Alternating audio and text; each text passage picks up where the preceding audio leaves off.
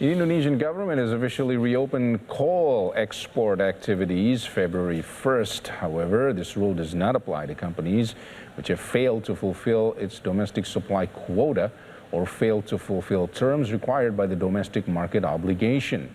Director General of Mineral and Coal from the Indonesian Energy and Mineral Resources Ministry, Ridwan Jamaluddin, says coal export permits will be given to companies that fulfill three categories, namely companies which have fulfilled 100% of the domestic market obligation, or DMO, companies that failed to fulfill DMO targets but made a statement of willingness to pay compensation, and companies without any DMO obligations.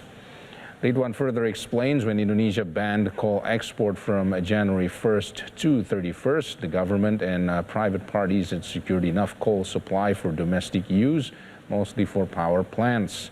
Meanwhile, the government intends to achieve coal production of 663 million tons this year, with DMO obligations of 165.7 million tons and the rest stocks for exports. This target exceeds previous year's target of 625 million tons of coal, but actual production was only reached 98.2% of the annual production target of 614 million.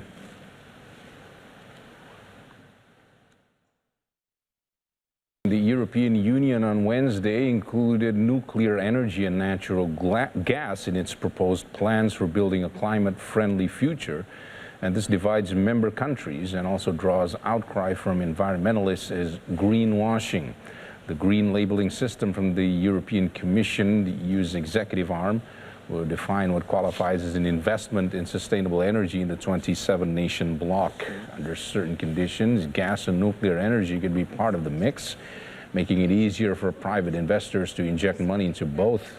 The plan will please EU's two most powerful nations. France is relying on nuclear power, which raises concerns about its long-term impact on the environment, and Germany, which depends on gas, a fossil fuel many consider a bridge to renewables. The Commission says including nuclear and gas as transitional energy sources does not amount to a free pass and aims to accelerate efforts to reduce carbon emissions. Next question with Lorenzo. But the reasons we are including gas and nuclear in the way we are doing it, with all of the criteria attached, is because we firmly believe that this recognises the need for these energy sources in transition. Thank you, Commissioner. Have a nice afternoon.